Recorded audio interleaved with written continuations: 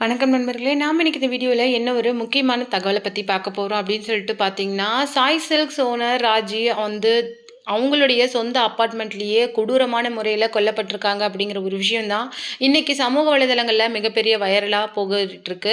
அது மட்டும் இல்லாம இந்த விசாரணைய பல கோணங்கள்ல இன்னைக்கு போலீஸ் வந்து திருப்பியிருக்கிறாங்க. அதுல இன்னொரு முக்கியமான விஷயமா பார்க்கப்படுறது என்ன அப்படின்னு சொல்லிட்டு பார்த்தீங்கன்னா, இந்த விஷயம் நடக்கிறதுக்கு முன்னாடியே தன்னுடைய 2வது பையனுக்கு அவருடைய அப்பா வந்து இந்த மாரி அம்மாவும் நானும் இதுக்கு மேல இருக்க மாட்டோம் அப்படிங்கிற மாரி ஒரு ஃபிஷியான மெசேஜ் அனுப்பிச்சிருக்கிற மாதிரியும் ஒரு விஷயம் சொல்லப்படுது. ஆனா அவருடைய 2வது மகன் உள்ள வரும்போது கதவு தொறந்திருந்ததாகவும் சொல்லப்படுது. ஸோ வந்து இந்த விசாரணை வந்து இன்னைக்கு பல கோணங்கள்ல முடுக்கி விடப்பட்டிருக்குது. இந்த விஷயத்துல இன்னொரு முக்கியமான விஷயம் என்ன அப்படின்னு சொல்லிட்டு பார்த்தீங்கன்னா, இன்னைக்கு தன்னுடைய சொந்த ஃபேமிலியில ஜெயிச்சது மட்டும் இல்லாம, பிசினஸ்லயும் ஒரு பெரிய கால் தடம் படிச்ச சாய் சில்க்ஸ் ஓனரான ராஜி வந்து நெறைய சின்ன திரை செலிபிரிட்டீஸ் கூட ஃப்ரெண்ட்ஸா இருந்திருக்கிறாங்க. அந்த வகையில இன்னைக்கு நெறைய சின்ன திரை celebrities like Uma Riyaz ma'am, அதுக்கு மட்டும் இல்லாம பாண்டியன் ஸ்டோர்ஸ் மீனா அப்படின்னு சொல்லிட்டு நெறைய பேர் வந்து இன்னைக்கு ராஜியோட நட்புல இருந்திருக்கிறாங்க. அந்த வகையில அவங்களுடைய இந்த துயரமான சம்பவம் அப்படிங்கிறது மிகப்பெரிய அளவுக்கு ஒரு எல்லாருக்குமே அதிர்ச்சிய குடுக்குற அளவுக்கு இருந்திருக்கு. அது மட்டும் இல்லாம இவங்கள மாரி இந்த பிசினஸ் லைன்ல இருக்கிற நெறைய பேருக்கும் இது ஒரு பெரிய ஷாக்க குடுத்துருக்குன்னே சொல்லலாம். சென்னை நங்கநல்லூர் பகுதியில இருக்கிற இந்த சாய் சில்க்ஸ் அப்படிங்கிற அந்த புட்டிக் வந்து ஒரு பெரிய ஷாப். கிட்டத்தட்ட வந்து ஒரு ஃபேஷன் ட்ரெண்டிங் ஷாப்னே சொல்லலாம். இன்னைக்கு ready to go sorry, 5 minute sorry எல்லாமே வந்து இன்னைக்கு இந்த சின்ன செலிபிரிட்டீஸால விரும்பப்படுற ஒரு இதா இருக்குது. அந்த வகையில ஃபேஷன்ல அப் டு டேட்டா இருக்கிற ராஜிக்கு வந்து நேர்ந்திருக்கிற இந்த விஷயம் அப்படிங்கிறது ரொம்பவும் மோசமான விஷயம். அது மட்டும் இல்லாம அவங்களுடைய வயது ஒரு 43 மதிக்கத்தக்கதா இருக்குது.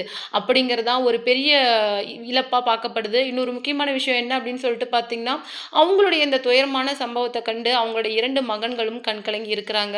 அது மட்டும் கிடையாது, தன்னுடைய சொந்த ஃபேமிலி மட்டும் இல்லாம, இன்னைக்கு பிசினஸ்ல கால் தடம் படிச்சது மட்டும் இல்லாம, தன்னுடைய மொத்த ஃபேமிலியுமே கட்டி காத்த ராஜிக்கு இன்னைக்கு ஏற்பட்டிருக்கிற இந்த ஒரு துயரமான சம்பவம் எல்லாராலையுமே மிகவும் கலக்கமா பார்க்கப்படுது. அது மட்டும் இல்லாம, தன்னுடைய கணவருக்கும் அவங்களுக்கும் நடந்த அந்த கான்வர்சேஷன் 10 நாட்களா அவங்க இவ்ளோ நாள் பிரிஞ்சிருந்தவங்க திடீர்னு ஒரு 10 நாளா சேர்ந்திருந்தாங்க. அப்ப நடந்த விஷயங்கள் தான் இன்னைக்கு சமூக வலைதளங்கள்ல ரொம்பவும் பரவலா பேசுபொருளா போயிட்டுருக்கு. அது என்ன அப்படிங்கிறத பத்தி நாம இந்த வீடியோல டீட்டெயிலா பார்க்கலாம். வீடியோக்குள்ள போறதுக்கு முன்னாடி நீங்க நம்ம சேனலுக்கு புதியவரா இருந்தா மறக்காம சிபி ட்ரெண்டிங்க சப்ஸ்கிரைப் பண்ணி ஃபாலோ பண்ணிக்கோங்க. வாங்க வீடியோக்குள்ள போலாம். சாய் சில்க்ஸ் ஓனரான ராஜி வந்து தன்னுடைய கணவர் வந்து ஒரு சின்ன அவங்களுக்கு கூட ஏற்பட்ட கருத்து வேறுபாடால பிரிஞ்சு தான் இருந்திருக்காங்க. ஏன்னா தன்னுடைய கணவர் வந்து கொஞ்சம் கூட பொறுப்பில்லாத நபரா இருந்திருக்காரு. ராஜி கிட்ட அடிக்கடி பணம் கேட்கறது, குடும்பத்துல தொந்தரவு பண்றது, குழப்பம், குடைச்சல் அப்படின்னு சொல்லிட்டு பெரிய மனக்கஷ்டத்துல தான் இருந்திருக்காங்க. அதுக்கப்புறம் தான் பிசினஸ் ஸ்டார்ட் பண்ணலாம் அப்படிங்கிற ஒரு ஐடியால ராஜி இருந்திருக்காங்க. அந்த வகையில தான் சாய் சில்க்ஸ் அப்படிங்கிற ஒரு புட்டிக் ஓபன் பண்ணும் அப்படின்னு சொல்லிட்டு நினைச்சிருக்காங்க.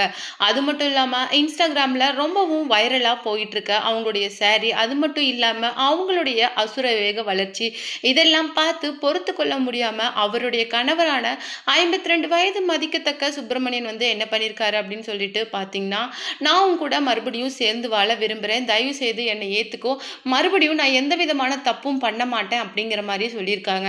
ஆனா ஆரம்பத்துல இருந்தே அதை முற்றிலுமா அவாய்ட் பண்ணிட்டு வந்த ராஜி என்ன பண்ணியிருக்காங்க அப்படின்னு சொல்லிட்டு பார்த்தீங்கன்னா, அவருடைய பேச்சை கொஞ்சம் கூட செவிக்கு சாய்க்காம இருந்திருக்காங்க.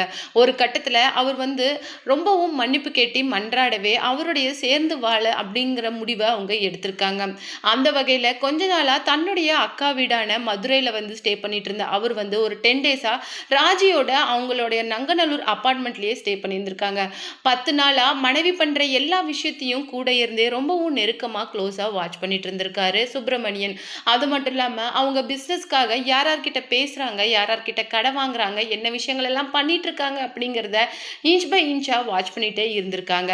இதால திகைப்படைஞ்ச களைப்படைஞ்ச நம்ம ராஜி என்ன பண்ணியிருக்காங்க அப்படின்னு சொல்லிட்டு பார்த்தீங்கன்னா, அவங்க கேட்குற ஒவ்வொரு கேள்விக்கும் பதில் சொல்ல வேண்டிய ஆளா இருக்காங்க.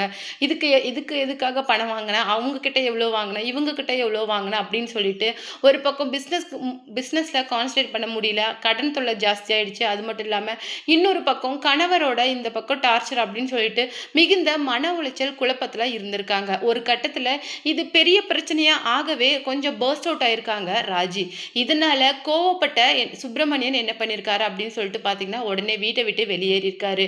அவசரமா வீட்டை விட்டு வெளியேறின அவர் என்ன பண்ணியிருக்காரு அப்படின்னு சொல்லிட்டு பார்த்தீங்கன்னா, கொஞ்ச நேரம் கழிச்சு திரும்பி வந்திருக்காரு. ஆனா திரும்பி வரும்போது தன்னுடைய மகன், அதாவது 2வது மகன் சென்னையில பிடிஎஸ் படிச்சுட்டு வராங்க.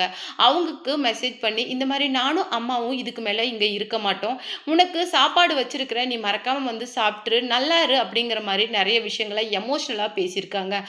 அப்பா திடீர்னு இந்த மாதிரிலாம் பேசுறத கண்டு திகைப்படைஞ்ச மகன் வந்து திடுதிப்புன்னு வீட்டுக்கு வந்து பார்த்திருக்காரு. வீட்டுக்கு வந்து பார்க்கும்போது ஒரு ரூம்ல அம்மா வந்து கோரமான முறையில கழுத்து மற்றும் முக்கியமான பகுதிகள் எல்லாம் பெரிய காயங்கள், வெட்டு காயங்களோட ரத்த வெள்ளத்துல கடந்த அம்மாவை பார்த்து மகன் திகைப்படைஞ்சிருக்கிறாங்க.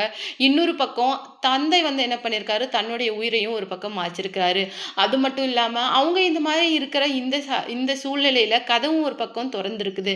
இது என்ன மாதிரி விஷயம், இது எப்படி நடந்திருக்கும் அப்படிங்கிற மாதிரி ரொம்பவும் திகைப்படைஞ்சு 2வது மகன் கிட்டத்தட்ட வந்து ஒரு ரொம்பவும் ஒரு கிரிட்டிக்கலான நிலைமைக்கே போயிட்டாராம். அதுக்கப்புறம் தான் போலீஸ் இந்த கேஸை எடுத்து பல கோணங்கள்ல விசாரிச்சுட்டு இருக்கிறாங்க. இதனுடைய முடிவு எப்படி வரும் அப்படின்னு தெரியல.